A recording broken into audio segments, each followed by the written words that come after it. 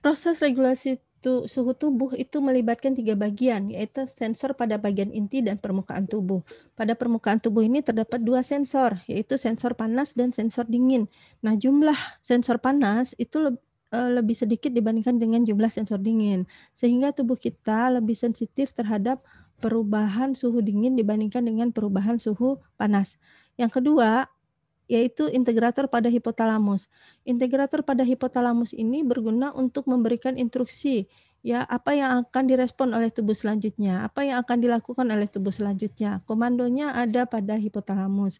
Sedangkan yang bekerja hasil akhir itu adalah sistem efektor. Sistem efektor itu bisa berbentuk perubahan fisiologis yang terkait dengan organ bisa perubahan pada perilaku, ya. Nah, pada waktu sensor dingin pada kulit itu mendeteksi suhu dingin, maka terjadi peningkatan suhu tubuh lewat 3 cara, yaitu menggigil, berkeringat, dan vasokonstriksi pembuluh darah. Nah, siapa yang memerintahkan 3 cara ini? Yaitu adalah hipotalamus. Jadi, kalau misal kalian bersentuh dengan benda yang dingin, maka si integrator pada hipotalamus, yaitu dia punya eee, sensor yang sensitif terhadap dingin di bagian hipotalamus. Nah, integrator pada hipotalamus akan meminta tubuh untuk memberikan feedback, ya, dan dia mengirim sinyal untuk meningkatkan panas. Dengan cara apa? Dengan cara menggigil. Si hipotalamus juga memerintahkan kepada pembuluh darah pada waktu kita bersentuhan dengan benda dingin, dia akan memerintahkan pada pembuluh darah untuk melakukan vasokonstriksi pembuluh darah perifer atau pembuluh darah perifernya mengecil. Kenapa? Supaya tidak terjadi pengeluaran panas yang berlebihan, ya.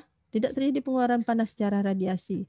Nah, secara perilaku dia akan meminta orang tersebut untuk mengambil jaket, ya, mencari jaket atau mencari tempat yang hangat supaya dia menghindari pengeluaran panas tubuh lewat konduksi atau lewat konveksi serta radiasi.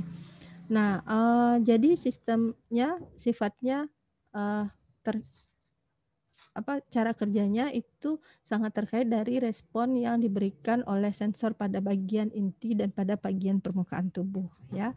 Nah, bagaimana dengan dingin? Kebalikannya, bagaimana dengan hangat? Ya, kalau kita menerima sensor panas, maka tubuh akan merasakan panas dan dia akan mengeluarkan panas sebanyak-banyaknya. Dia mengeluarkan panas dengan cara melakukan vasodilatasi pada pembuluh darah.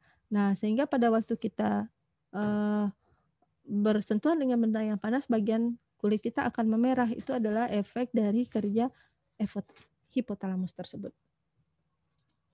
Nah, ini faktor-faktor yang mempengaruhi suhu tubuh, faktor usia, variasi diurnal, yaitu bangun tidur dan proses tidur dan bangun, di mana variasi diurnal ini juga dipengaruhi oleh jam bioritme tubuh kita.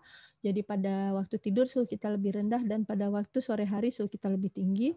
Latihan akan meningkatkan suhu tubuh karena dia akan memproduksi panas. Tadi hormon juga dapat meningkatkan suhu tubuh karena dia meningkatkan metabolisme sel, stres, tadi saya sudah jelaskan. Nah, lingkungan ini sangat mempengaruhi proses dari pengeluaran panas, ya, seperti radiasi, evaporasi, konduksi, dan konveksi.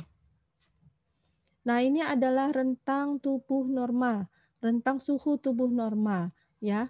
Ya, suhu tubuh normal itu berkisar antara 36,5 sampai 37, walaupun antara 36 kita 37 ini kita katakan dia berada dalam rentang normal.